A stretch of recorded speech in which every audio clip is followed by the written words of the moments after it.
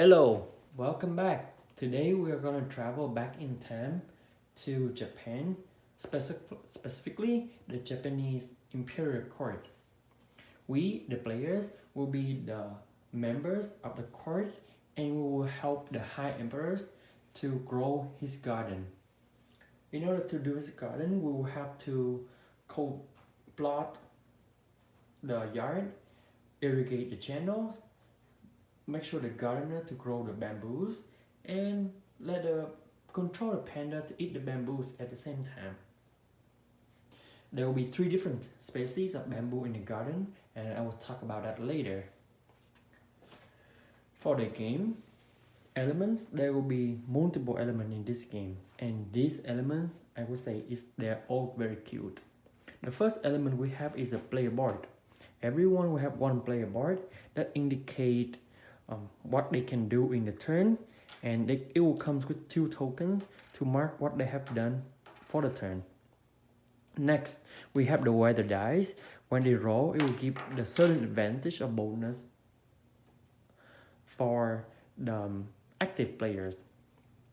After that, we will have the objective cards. So we will have the gardener objective, the panda objective, and we will have the plotting objective. After that, we will have the plotting. So this could be the land for us to grow the bamboos. There will be 3 different types, the yellow one, the pink one, and the green one. And the bamboos will grow on the matching colors.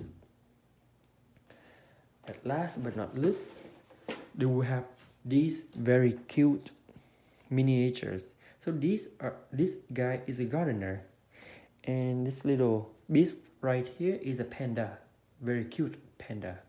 Apparently in this game, he's always hungry, so that's why he will keep eating the bamboo. In your turn, the player will take turn to perform 2 actions per turn. But first of all, they have to roll the weather dice. The weather dice will give them, like I said earlier, will give them certain advantage, depends on what they roll out. And when they perform the actions, they have to perform 2 different actions. So they will, as indicated on the board, the first one is a plotting. So they pick 3 plot, and discard 2 and select 1. Next action they can do is they can get an irrigation channel to store in here or use it. This will help to bring the water from the center, the pond, to different area. Next, they can move the gardener. The 4th action is moving the panda. So if the gardener will help us to grow the bamboo, the panda on the other hand will take down the bamboo. Last but not least will be getting one of the objective for the players. The player will keep playing until certain conditions met. Depends on the number of players. If it's a 2-player games, then as soon as one of the person finish 9 objective, then the end game condition is triggered. For a 3-player, that will be 8 objective, and for the 4-player game, that will be 7 objective. The person who triggered the end game condition will score this guy 2 victory points. And another way to score victory points is from the objective. So these are the victory points if the players can complete the objective. In my opinion, this is a very good gateway game to start getting into board game. Why? Because it has a lot of good mechanism, especially the action point. Action point mean the player will have number of points to perform the actions, and they have to, in their turn, they have to carry out those actions. Another good thing about this game is the quality of the component. Look at this. You have the panda. This is the bamboo, and this is how you grow it. Now we have 2 level, 3, and the maximum is 4. I have never experienced that they always fit. That's how good these components are. And one thing that I really appreciate the team is if you're colorblind, they have the token to indicate what bamboo it is. For instance, the pink bamboo will have the same token so that you can recognize, oh, so this belongs to this plot right here. The third reason why I like the game is, of course, the theme itself. The theme and the cuteness. Like, it makes sense.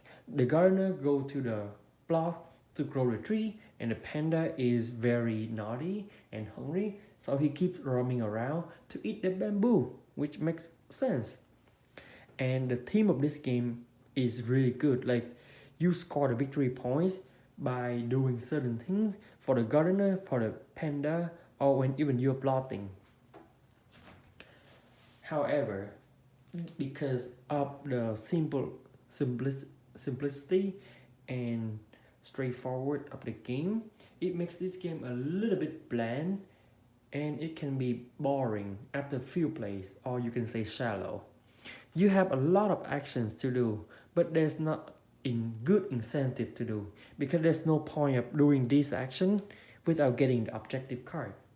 But when you get the objective cards, as you can see, they are not even balanced. Like, these two, they basically the same, but one has one more victory points than the other do.